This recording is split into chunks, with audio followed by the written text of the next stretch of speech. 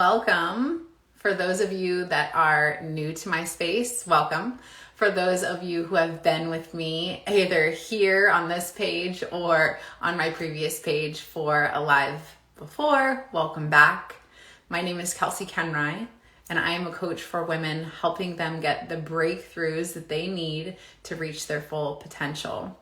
I help women overcome fear, shame, and really be able to finally harness the power that is theirs so they can move further, faster. So today what we're talking about is 5 fears that are actually stopping you from reaching your full potential. What I want to give to you today is these 5 fears, because once you become aware of the things that are holding you back, then you can actively work to change them. So let's get into it. Pull up a notebook, a pen. I'm going to drop these fears for you so that you can start working on alleviating these things. The first fear that we're discussing today is your fear of success and being able to be seen in your rise. When it comes to being able to be seen in your rise and this being a fear that stops you, for so many people, we understand the importance of vulnerability. We understand that when we share our struggles and our hardships, it makes us relatable. It makes people understand us. It makes people feel close to us. And what we don't recognize is that we can adapt that as our identity. We can be the person who is getting the attention from complaining, negativity, constantly talking about the hardships that you've had or the struggles that you are going through. And while I think it's beautiful and it's necessary for us to share our full human experience and share our hardships, if we are only adapting to that identity, what happens is that we are creating a fear of being able to be seen in our rise and in our success. And then we cannot reach our full potential because we don't know how to be seen when we are rising, when we are accomplishing, when we are achieving, when we are celebrating. And so this is a fear to really pay attention to. And I know this fear very, very well because I am so easily sharing my story regularly about how I've risen from rock bottom. I can talk about my struggles. I can talk about being arrested 3 times. I can talk about the hard things and the resilience that I've built. But what I recognize is that I was so afraid of someone seeing me in my celebration, someone seeing me at a peak. I'm so okay and was so comfortable with being seen in my valleys, but not in my peaks. And so that's a question to ask yourself is, are you stopping yourself from sharing the full human experience because you are afraid of being unrelatable? There is something that is met here when we are consistently talking about our struggles and our hardships and being relatable. What that creates is we get attention. And if you have abandonment, like I do, in your history, then this is feeding a subconscious need. And so being aware of this and recognizing that you are actively seeking attention through struggles and hardships is also creating that identity for you. So that's our first fear, is you're afraid of being seen in your rise, in your accomplishments, in your celebration. You're afraid of being seen in your full success and being able to embrace both sides of you, because it is always both. The next thing that will stop you from reaching your potential is your fear of what people may or may not think. And this is one that lives in us as women, especially, it's our people pleaser. It is us wanting to forever cater to the people around us so that we can make sure that everybody else is okay. So you fear that if you do or say or become who you're actually meant to be, that you might upset someone, that your disruptiveness would be too much. And so this is something to really pay attention to as you're crafting your path, as you're moving forward, as you're growing bigger, is to pay attention to how you're still being held back and where you are still compromising what you actually want for yourself so that you can appease the needs of others. So that's our second fear, being afraid of what people may or may not think, and letting that stop you from pursuing what you actually want for yourself. The thing about this people pleaser energy is that if we don't disrupt this, if we don't create a new pattern, what it does is it suffocates us so that we stop trying or stop pursuing certain things, because it is a fear, like all of these fears, that is a hard stop. I'm not going to try that because they may think this. But the only way that you know whether they will think that or not is to try. And the only way that you craft your path to your fullest potential is by continuing to choose yourself, your purpose, your vision, your why, your passions. So that is why this fear it lives deeply ingrained in us, and it is a big stop for a lot of my clients. The next fear that we're talking about is your fear of leaving people behind. So often, especially as business owners, when you are starting and crafting this beautiful new venture of your business and you are scaling and you are growing, you think that you need to bring everybody with you. And what happens in this is that you make yourself smaller and you contribute to the consistent smallness instead of letting yourself become bigger. And so when you make yourself smaller, when you shrink yourself so that you fit into whatever perfectionism that you desire to fit into, you are immediately capping your potential. Perfectionism is what we're talking about here. Leaving people behind and the desire to do everything perfectly, and the people pleaser energy and the perfectionism energy work together.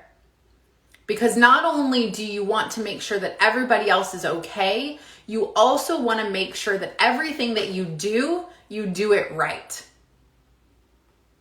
So instead of worrying about if you may or may not leave somebody behind, start thinking about how, if you proceed, you will actually light the path and show them what is possible. This is the shift that you have to make when you're suffering from that fear of leaving people behind. Sometimes this happens with the people closest to us in our relationships, our friendships, or even our family. We're afraid that if we outgrow our environment, that we will be alone. But the truth is that so many people find inspiration and are motivated by seeing people rise and do things differently and creating things differently, that your rise, your stepping into your full potential is an invitation for other people to do the same. So remember that whenever you're feeling this fear of leaving people behind, because that's our third fear that we're talking about today. Our fourth fear that we're talking about is you are afraid of getting it wrong or failing. This is perfectionism. So when you're afraid of getting it wrong or failing, what happens is you don't try. And if you don't try, you don't get anywhere. Everything that has led you up to this point, it required for you to take some sort of risk. And when you took that risk, it was bigger than just taking that risk. It was an opportunity to see, this is what I'm capable of, this is what I can do, and I'm okay. So the problem with perfectionism is it turns into procrastination. It turns into you trying to put everything and check all the boxes and make sure that everything looks exactly how it's supposed to. But the issue with perfectionism is this: it doesn't exist. There is no perfect, meaning that you set yourself up to fail the moment that you try to achieve something perfect. The moment that you set out to just get everything right before you put it out in the world, you set yourself up to fail because it will never be right. Perfectionism is a lie. It is not something that anyone can achieve. And having the expectation of yourself to achieve perfection will set you up to fail. That is why this is our fourth fear, is because if you are so afraid because you want to get it right that you don't try, or if you are so afraid of failing that you don't try, if you don't try, you get nowhere. So this fear is a big one for many people. They hold back on what they want to create in the world, what they want to be in the world, what they want to say. This comes at a smaller level and a bigger level. This is bigger than just the things that you want to put out in the world for your business. This is also the conversations that you have face to face with people where you want to say that thing, but your throat tightens and you're not sure. And what if you get it wrong? What if you speak up and what if you say it wrong? But on the other side of that is, what if you say nothing at all? And that contributes to you staying exactly where you are. I would rather try and get it wrong so that I can learn how to do it right or do it differently than never try at all. Oftentimes I think about, at the end of my days, what do I want to have left behind? And that to me propels me forward and really pulls me back into my impact in the bigger vision of, if I have to sacrifice my ego, if I have to just set down the idea that this might be messy so I can proceed, then I will choose that. So I would invite you to do the same if you're struggling with perfectionism. So we've gone through 4 of our fears already, and we have one more that we're going to dive into before we wrap up for today. So we've talked about being afraid of success, allowing people to see you and your achievements and your rise at your peak, and how struggling has actually made you relatable, and so you've adapted that identity. We've talked about how you're afraid of what people may or may not think about you, and how that people pleaser energy keeps you stagnant. We've talked about being afraid of getting it wrong or failing, and how that perfectionism energy keeps you stagnant. We've talked about your fear of leaving people behind, and how the reality of leaving people behind is you're never leaving people behind. Instead, you're creating an invitation for people to come along with you. And then our last fear is you're afraid that you're going to have to sacrifice something that's important to you. A lot of clients that I talk to, when we're talking about them coming into coaching, there is the initial objections and the things that we feel, but really when we start to peel back the layers, it's always rooted in fear. And for a lot of my clients, they're afraid that in order to pour into themselves, they will have to give up something else. We live in a world to where we have been shown that you need to choose this or that. You need to choose success or your family. You need to choose time for yourself or your business. That's never the way that I've done business, and it's not the way that I teach my clients. It's always been about both. But if you're holding this belief that you have to choose your passion or your purpose over your current circumstances, or that you're going to have to give up something that you love in one area as a sacrifice to pursue something else you love, that is never the case. The truth is, the only thing that you have to sacrifice to reach your full potential is all of the things that are no longer serving you. And that's why with my clients, one of the first parts of the process and a continued process that is important for continued growth is clearing the clutter of what is no longer aligned and serving you.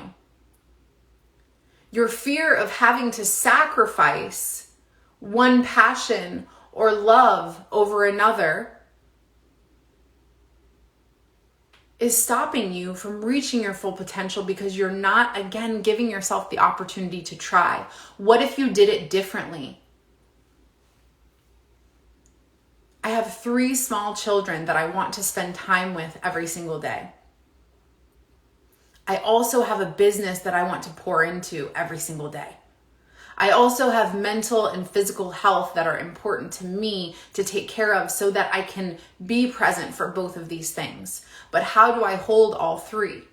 That becomes the question. It's never about, I will temporarily, or so I tell myself, sacrifice my mental or my physical well-being so that I can succeed. I will sacrifice some time away from the people that I love so that I can succeed. It is, how can I do both? How can I be fully present? And how can I continue to succeed in multiple areas? Because that is what's possible. The only sacrifice that you need to make is getting rid of the things that no longer serve you. And that's why this fear can be immediately alleviated with just you knowing here today that you don't have to sacrifice anything that you love.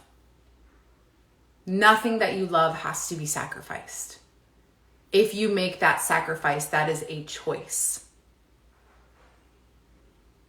I hope that this has been helpful for you today and given you a lot to think about, because it is so important that we have awareness of the things that are our roadblocks, of our obstacles. And that's why I wanted to bring this here today for you. If you're watching live, I would love to hear what resonated for you. If you are listening to the replay, then please comment and tell me what this brought up for you. What fears did you recognize in yourself? You don't have to be afraid of being seen at your peak and in your rise. You don't have to be a people pleaser or a perfectionist. Those things keep you stuck. And you don't need to be afraid of leaving people behind, because every time you rise, they're invited to rise too. And that is a choice that they make. You are not in control of that choice for them. And you never have to fear sacrificing something that you love for something else that you love. It can always be both.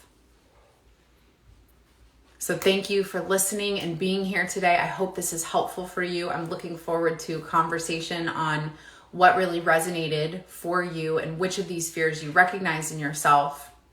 I'm so happy that I could share this knowledge with you, and I look forward to hearing from you. And have a beautiful, beautiful rest of your day. And please understand that your next breakthrough, the next level, is right on the other side of fear.